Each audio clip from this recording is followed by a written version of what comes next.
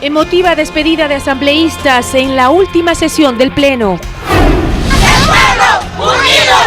Cientos de personas intentan tomarse el municipio de Urdaneta. En Los Ríos denuncian irregularidades. 9 jóvenes se fugan del centro de adolescentes infractores de Guayaquil. 8 fueron recapturados. El ministro del Interior critica fuertemente la actuación de jueces y fiscales de la provincia de El Oro. Ariel Castro es formalmente acusado de violación y secuestro y podría recibir cadena perpetua por el cautiverio de 3 jóvenes en Cleveland. Y en corto, el desafío de la semana complace una mamita asambleísta, porque la asamblea está de moda. Ella se cambia de look. Ya les contamos de quién se trata y cómo quedó. Guapísima me contaron. No se lo pierdan.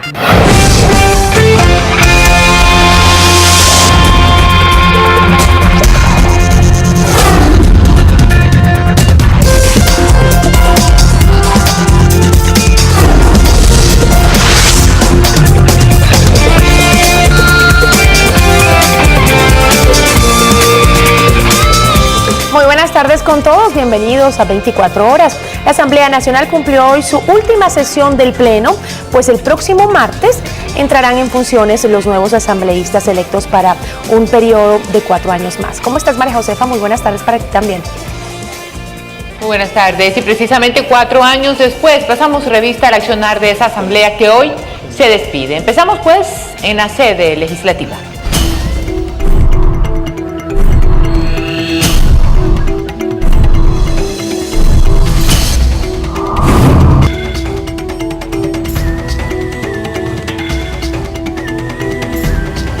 Con una sesión del Pleno y una sesión solemne, la Asamblea Nacional clausuró su periodo de funciones en medio de emotivas despedidas. Hasta allá nos vamos con nuestra compañera Ana María Cañizares y su informe del día de hoy. Ana María, ¿cómo estás? Muy buenas tardes, cuéntanos, por favor. Muy bien, gracias Giselle. Amigos televidentes, buenas tardes. Hace exactamente 5 minutos concluyó la última sesión de la asamblea que se va luego de 4 años, como tú bien lo has dicho. Los asambleístas se despidieron en medio de baile y música al final de la sesión. Como vemos en las siguientes imágenes, los asambleístas cumplieron un momento de dispersión, de relajarse un poco al final de la sesión. Un grupo musical con cantos también del mosaico ecuatoriano fueron los que intervinieron en ese momento en la Asamblea Nacional. Los asambleístas compartieron fotografías, aplausos, despedidas en este que fue el último momento ya de la Asamblea Nacional. Y bueno, este fue el final, pero al inicio de la sesión de la Asamblea también se registró un debate caluroso entre todos los legisladores. Y nosotros les hemos preparado un informe de lo que fue esta primera parte, muy diferente a la que vimos al final. Fue el último himno nacional de la sesión final de la Asamblea que termina sus funciones. Reformas al Código de la Función Judicial y al COTAD fueron analizadas en el Pleno y durante un acalorado debate los asambleístas no perdieron la oportunidad para despedirse dando su evaluación legislativa. Lo que recibimos al inicio de nuestra gestión como el primer poder del Estado, hoy lo entregamos como el último eslabón de la dictadura constitucional de Rafael Correa. Una de las cosas que me apena es el hecho de no haber podido, señor presidente, otorgarle a este el primer poder del Estado, la reforma a la ley orgánica de la función legislativa. Esta es una asamblea ciega, sorda y muda. Yo creo que nos vamos con la cabeza abajo, señor presidente, porque esta asamblea le queda debiendo al país en el tema de fiscalización. Los reelectos que formarán parte de la nueva asamblea a partir del 14 de mayo despidieron a los que ya no vuelven. En otros espacios del devenir político de la patria, que sean los intereses de nuestro país. Cuando esta asamblea termina sus funciones con una credibilidad, habiendo construido cuerpos normativos que no son tonterías. Que esta asamblea queda con una deuda con el Ecuador, no una deuda que sea atribuible a la bancada de país. El debate fue cerrado y antes de que el presidente Cordero arranque con su rendición de cuentas ante el plenario, se dio paso a una comisión general para entregar a los legisladores los bustos de José Mejía Lequerica y a las asambleístas de Nela Martínez, personajes destacados de la historia nacional. Son las últimas horas de una asamblea que duró 4 años, en medio de polémicas y deudas pendientes. Y me voy con la satisfacción del deber cumplido. Y el presidente Fernando Cordero, en su discurso de rendición de cuentas, destacó el trabajo que se hizo en materia de fiscalización y también de trabajo legislativo. Escuchemos. Al margen de escándalos y de votos contradictorios, el control político y la fiscalización tuvo varios resultados positivos a favor del pueblo ecuatoriano, que dejen atrás los escándalos mediáticos, lamentablemente confundidos con fiscalización política. Y a continuación les presentamos en el siguiente informe de nuestro compañero Freddy Paredes el trabajo que la Asamblea ha realizado durante estos 4 años, un balance de las leyes aprobadas y todo lo que se ha hecho también en materia de fiscalización. Escuchemos. La Asamblea que termina aprobó 71 leyes en los últimos 4 años. Gracias al numeroso bloque de gobierno que en la mayoría de ocasiones contó con el apoyo de unos 10 asambleístas independientes y de otros partidos políticos para conseguir la votación, aunque en el camino también perdió a unos 6 asambleístas de sus filas. El presidente Correa, como colegislador, ejerció con fuerza esa facultad y modificó con veto parcial más del 90% de las leyes aprobadas por la Asamblea.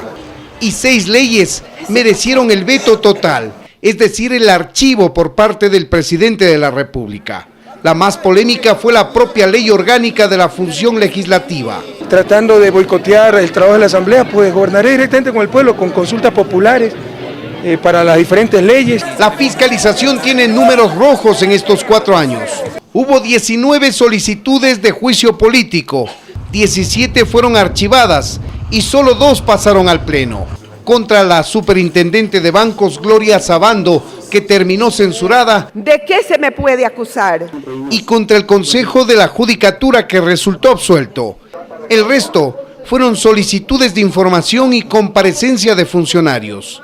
Aunque en esta asamblea no hubo cenicerazos, no estuvo exenta de peleas y agresiones verbales. O se callan o se van. Por esos circos, el pueblo destituyó a los diputados y hoy usted revive esas prácticas. No venga aquí a disfrazarse de democracia. Por el autoritarismo y la arbitrariedad de este presidente, que hay que ponerlo en su sitio. La asamblea fue el blanco de duras críticas por parte del Ejecutivo en al menos 3 ocasiones.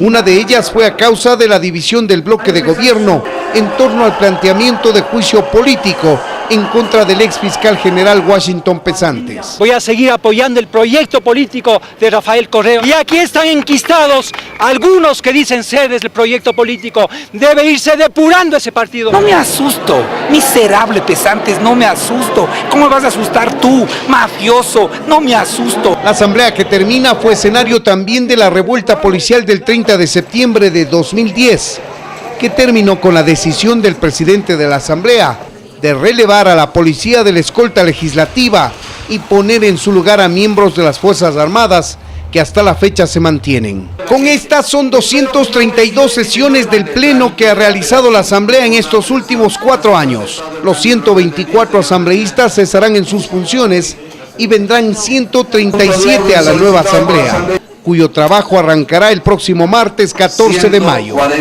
En Quito, Freddy Paredes, 24 horas. Bien, María Josefa y amigos, en estos momentos los asambleístas ya abandonan paulatinamente el salón del plenario de la Asamblea. Nosotros nos volveremos a ver el próximo 14 de mayo en la instalación de los nuevos asambleístas en cada una de las 137 curules. Este es nuestro informe desde el Palacio Legislativo. Volvemos contigo, María Josefa. Buenas tardes. Muy buenas tardes, Ana María Cañizares, por ese tan completo informe. Y en otros temas, nueva fuga en el Centro de Adolescentes Infractores de Guayaquil. 9 jóvenes se lograron fugarse, pero momentos después la policía recapturó a 8. Todo apunta a que por aquí fue. 9 menores de edad proceden a romper una varilla de las verjas de la ventana para salir por un pequeño espacio.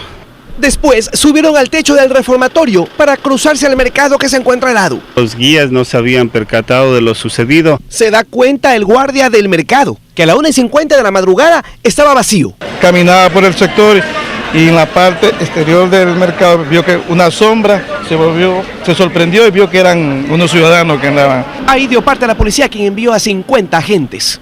Nada raro en realidad en ese lugar donde en lo que va del año se han presentado varios intentos de fuga. Lo que en esta ocasión llamó la atención fue que uno de ellos... Estado armado, por eso también el uso del arma de fuego de parte de los miembros policiales, pero con el fin de evitar la evasión. De los sacos de cebolla sacaron a unos y de las cajas de las papas a otros. Solo uno escapó. En su intento por evitar nuevas fugas o nuevos intentos de fuga, la autoridad ha adquirido sofisticados aparatos de vigilancia para el sector que aspiran funcionen ya con el fin de que hayan resultados. Y otra vez salta el análisis.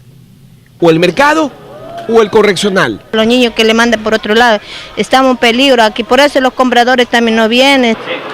Pero los dos no pueden coexistir. Luis Antonio Ruiz, 24 horas. Gracias por continuar con nosotros. Le contamos ahora que duras críticas se lanzó el ministro del Interior a la actuación de jueces y fiscales de la provincia del Oro. El caso más grave ocurre en la ciudad de Santa Rosa, donde solo un 14% de detenidos permanece en las cárceles. En rueda de prensa desde Machala, el ministro del Interior aprovechó para denunciar la conducta de varios jueces en la provincia del Oro. De la lamentable situación de algunos jueces que se han estado burlando de los ciudadanos y las ciudadanas de la provincia del Oro. El ministro apuntó también a los jueces provinciales Juan Aponte, Robert Calero y Luis Peláez, que integran un tribunal que redujo la sentencia de 12 a 8 años, dictada contra el responsable del asesinato de un empresario orense. Solamente de los cerca de 200 casos de delitos que se cometieron, solamente 31 de los presuntos delincuentes se quedaron con medida cautelar de prisión preventiva. Esas declaraciones sacudieron la función judicial de esa provincia. Este jueves, los jueces orenses mencionados por Serrano se reunieron a puerta cerrada con el director de la Judicatura. Que las falencias provienen de aquellos jueces que han sido designados temporalmente y nosotros vamos a tomar cartas en el asunto sobre los temas denunciados. De hecho, el juez Peláez defendió su actuación en este caso. Dijo que la reducción de penas para algunos detenidos opera porque lo permite el Código Penal. Se dicen muchas cosas de los jueces que cogen dinero, tienen que demostrarlo aquello. No pueden hablar mal de las personas, injuriar a las personas. Estos jueces no pueden estar administrando justicia porque ellos siguen utilizando a la función judicial como tienda donde se compra y donde se vende a las víctimas de los delitos. Entre los cambios, Serrano anunció el reemplazo del comandante provincial de El Oro, mientras espera un nuevo informe actualizado del Consejo de la Judicatura, que puede evaluar si estas actuaciones de los jueces en Machala y Santa Rosa merecen o no sanciones, más allá de un público llamado de atención. Jorge Rodríguez, 24 horas. Jornadas de protesta se dieron esta mañana en los alrededores del edificio municipal de Urdaneta, en la provincia de Los Ríos. Grupos de manifestantes expresaron su inconformidad con la gestión del alcalde mientras reclamaban más obras. ¡El pueblo unido jamás será vencido! Estos son los reclamos de los habitantes del cantón Urdaneta en la provincia de Los Ríos. Cientos de personas se agolparon en los exteriores del municipio denunciando irregularidades en la actual administración. Queremos las instituciones del alcalde que se vaya, que no entre nadie. No queremos a nadie aquí, auditorías que queremos nosotros. Se han hecho obras solo en papeles, pero de ahí no se han ejecutado. Mientras tanto, el alcalde Eloy de Loor manifestó que estas presiones se deben a intereses políticos. Son personas que han sido derrotadas y ahora aspiran a la alcaldía, ¿no? Entonces llaman al pueblo mintiendo de que nosotros no hacemos nada. En las próximas horas se espera la llegada del gobernador de Los Ríos para mediar con los protestantes y así solucionar el problema. En Urdaneta, provincia de Los Ríos, Martín Soto, 24 horas. Un incendio se registró esta mañana en las bodegas de una fábrica de carrocerías ubicadas en el sector de Llano Chico, al norte de Quito. El material que se almacenaba en este lugar era altamente inflamable, pero la rápida y oportuna intervención del cuerpo de bomberos logró controlar las llamas y evitar que se propaguen a las viviendas que colindan con la fábrica. Una persona resultó herida y aún no se determina la causa del incendio.